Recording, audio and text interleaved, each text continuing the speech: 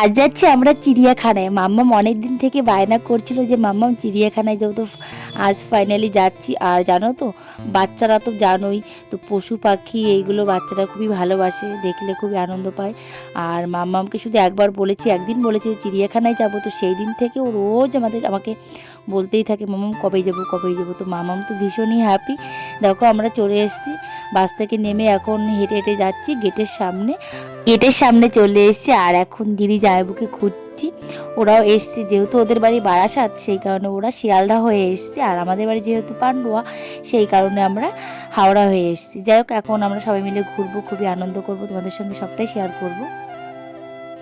কোথায় এসছো? ভালো লাগছে? কতটা?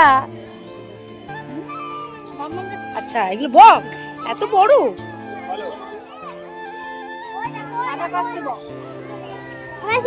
আমরা চিড়িয়া